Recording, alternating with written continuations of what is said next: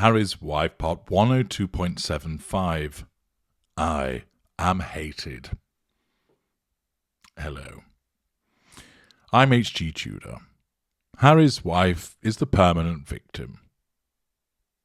Offended by everything, ashamed of nothing. She is allowed to make false accusations against her father, her half-siblings, members of the royal family, the media, former friends, you, them, anybody, because of course her sense of entitlement, governed by her narcissism, allows her to always be in the right. She is always sat upon the moral high ground, on her high horse, as a consequence of the fact that her narcissism ensures you're wrong and she is right. In such circumstances, in order to ensure that state of affairs, her narcissism must ensure that she's the one that's hard done to.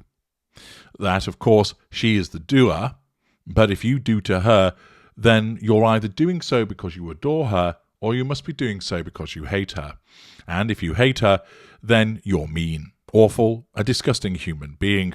That if you were to say anything bad about her, you're a racist and a misogynist and a hater. If you were to constructively criticize what she has said, what she does, what she wears, that equates to being a hater. That is how her narcissism sees the world.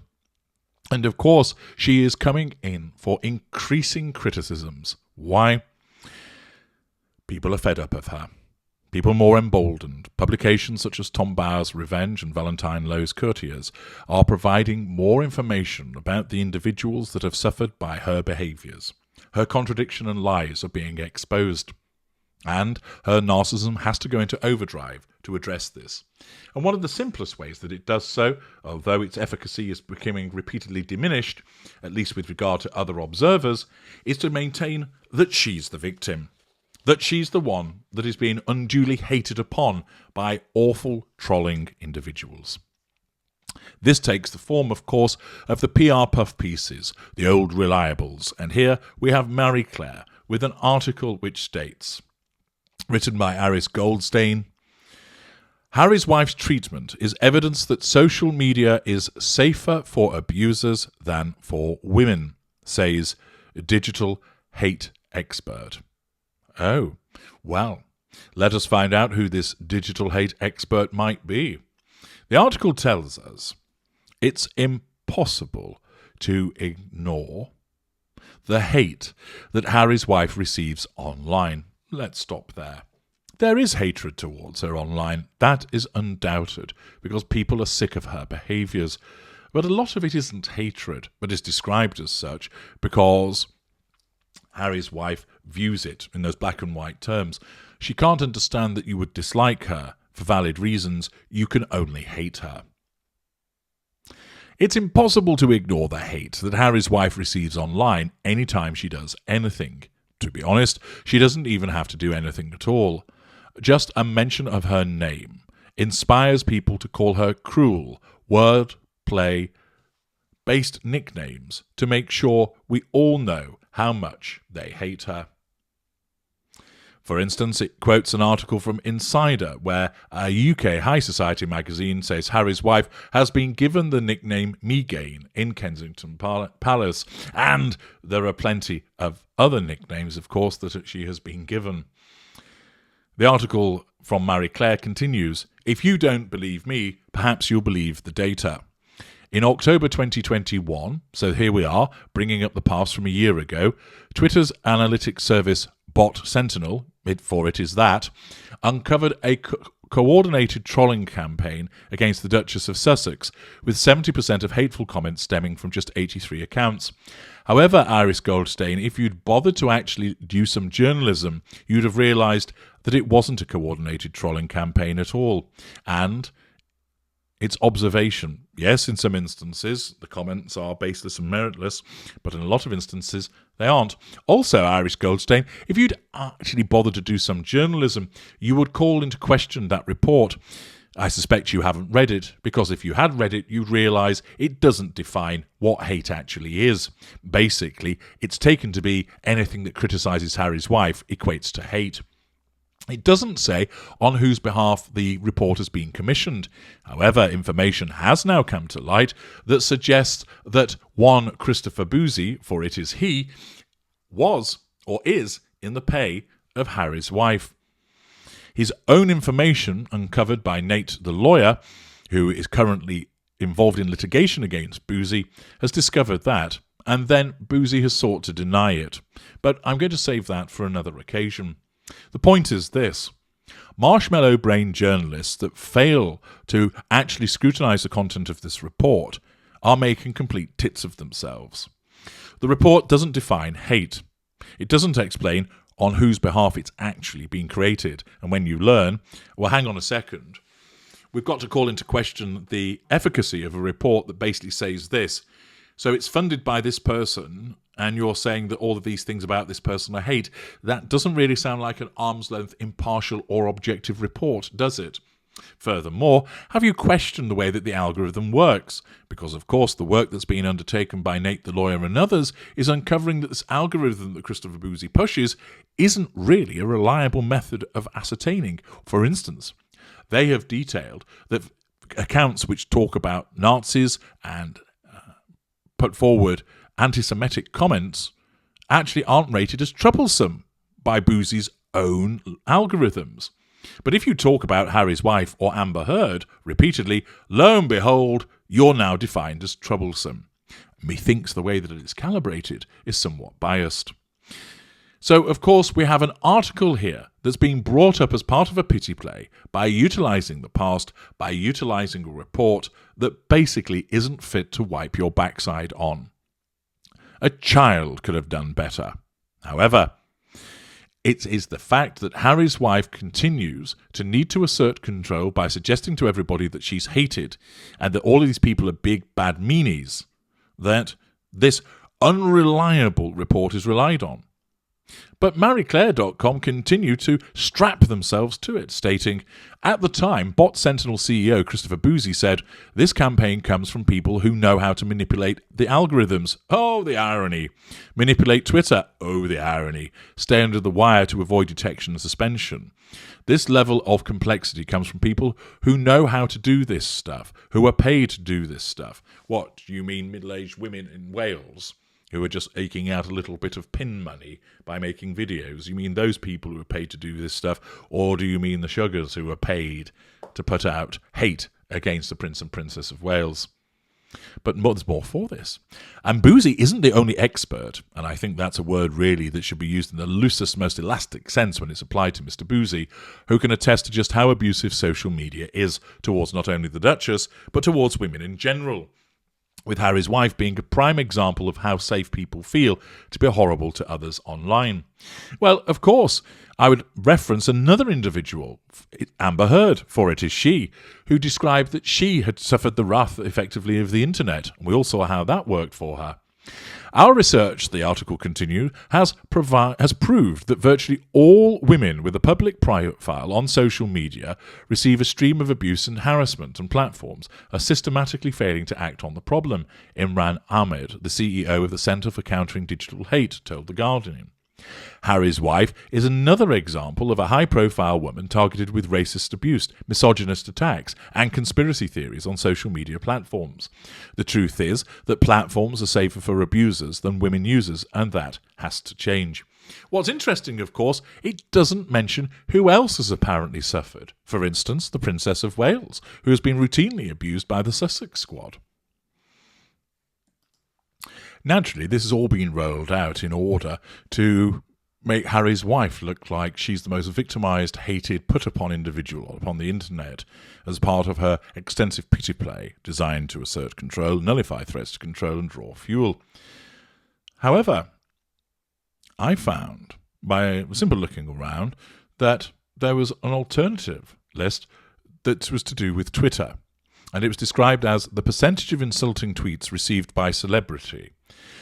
This actually provides you with a definition of an insulting tweet. Contrast that with the lack of definition and particularization created by Mr. Boozy's report. A tweet was counted as an insult if it contained one or more of the following: hate, fuck you, worst, awful, you suck, idiot, ugly, stupid, jerk, asshole, gross, nasty, moron, kill yourself, dumb, rude, fat, overrated, fake, whiny, disgusting, bad, atrocious, loser, and or has been. Utilizing that, the percentage of insulting tweets received by celebrity provided us with this list. At the top, Lena Dunham. Then Amy Schumer, Anderson Cooper, Lily Allen, J.K. Rowling, Kevin Durant, Perez Hilton, Ricky Gervais, Ben Affleck, Jim Carrey, Snoop Dogg, LeBron James, Conan O'Brien, Chrissy Teigen, Shaquille O'Neal, Kristen Schaal, Martha Stewart, P. Diddy, Rihanna, Ronda Rousey. The female celebrities receiving the highest percentage of sexist tweets, and a tweet was counted as a sexist insult if it contained one or more of the following words: slut, whore, bimbo, bitch, and or skank. Nicki Minaj topped the list. Britney Spears, Ariel Winter, Amy Schumer, Rihanna, Ronda Rousey, Kylie Jenner, Lena Dunham, Martha Stewart, Kim Kardashian. Then, rank the highest prevalence of insulting tweets received by word: stupid, Anderson Cooper, Lily Allen, Lena Dunham, J.K. Rowling, Ricky Gervais, Kendall Jenner, Ryan Gosling, Jim Carrey, Amy Schumer, Ryan Seacrest. Rude, Harry Styles, Leonardo DiCaprio, Ryan Seacrest, Anderson Cooper, Perez Hilton, Conan O'Brien, Ellen DeGeneres, J.K. Rowling, Oprah Winfrey, Ricky Gervais. Ugly, Lena Dunham, Shaquille O'Neal, Rihanna, Ronda Rousey, Beyonce, Khloe Kardashian, Kylie Jenner, Kim Kardashian, Oprah Winfrey, Chrissy Teigen. Fat, Amy Schumer, Ludacris, Snoop Dogg, Lena Dunham, Ricky Gervais, Liam Payne, Usher, Khloe Kardashian, Lil Wayne, Chris Pratt. Interesting that the most insulted celebrities by country are as follows. In the US, Lena Dunham again, Amy Schumer, Anderson Cooper, Lily Allen, Ricky Gervais, Kevin Durant, Perez Hilton, J.K. Rowling, Ben Affleck, Jim Carrey. In the United Kingdom, Lily Allen, J.K. Rowling, Rihanna, Ronda Rousey, Snoop Dogg, Perez Hilton, Selena Gomez, Kim Kardashian, P. Diddy, Ricky Gervais.